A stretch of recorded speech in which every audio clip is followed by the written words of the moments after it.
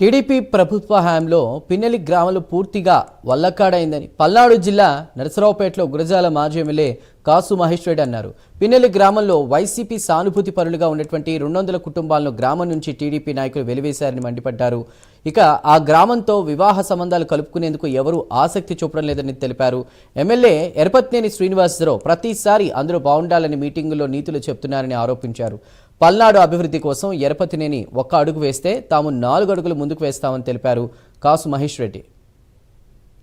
గెలవడు, ఎరపతినేని శ్రీనివాసరావు ఓడిపోడు లేదు. ఒక్క మహేష్ రెడ్డి వల్ల ఏమి జగన్మోహన్ రెడ్డి గారు ముఖ్యమంత్రి అవ్వడు, ఒక్క ఎరపతినేని శ్రీనివాసరావు వల్ల చంద్రబాబు ఏమి ముఖ్యమంత్రి అవ్వడు. ఎందుకు ఇది? ఎవరు ఓట్లాళ్ళు వేసుకుంటారు హాయిగా ఉండమని కనుక్కొని రానంటున్నారులేండి సార్, తర్వాత వస్తారంట అన్నాడు. నాకు వాళ్ళతో డైరెక్ట్గా సంబంధం లేదు కాబట్టి పోలీసులు చెప్పింది నమ్మాను. అయిపోయింది సరే, ఓ 10 మంది పోయారు. ఓకే, ఇటువైపు 10 మంది నాయకుల్ని మీరు బయట పంపించవచ్చు.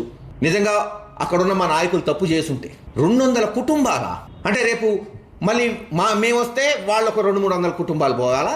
ఏంది ధర్మమేనా? వల్లకాడైపోయింది ఊరు. 20, 30, 40 లక్షలు ఎకరం పలికేది అమ్ముదామంటే కొనేవాళ్ళు లేడు ఈరోజు పిన్నెల్లో. నిన్నే ఆవిడ చెప్తున్నాడు ఆ ఊర్లో పోతే. ఈరోజేమో ఆయన సుపుత్రుడు లోకేష్ బాబు గారు రాసుకున్న రెడ్ రాజ్యాంగాన్ని ఆంధ్ర రాష్ట్రంలో అమలు చేస్తున్నారు. సంక్రాంతి ఎలా ఉండాలి ఈ టైంకి? అసలు గ్రామాలు పట్టణాలు మీరు చూస్తున్నారు. ఉద్యోగాలకు హైదరాబాద్, బెంగళూరు, చెన్నై, వివిధ రాష్ట్రాలు, వివిధ నగరాలు పోయిన పిల్లలు ఇళ్లకొచ్చి ఆహ్లాదకరంగా ఉండాలి. సంక్రాంతి బోసిపోయింది. అందరూ వచ్చారు పాపం. ఎక్కడా ఆనందం లేదు, అట్టహాసం లేదు. జగన్మోహన్ రెడ్డి గారు ఉన్నప్పుడు ఎట్టునింది?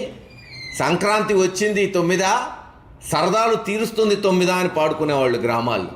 టెన్షన్గా సంక్షేమం రావటం, కోవిడ్ అనే మహమ్మారితో అతలాకుతలమైపోతే ప్రజల జీవితాలు పట్టుబట్టి ఇచ్చిన మాట నిలబెట్టుకొని ప్రతిదీ ఒక క్యాలెండర్ పెట్టుకొని టైంకి ఇచ్చాడు పథకాలన్నీ.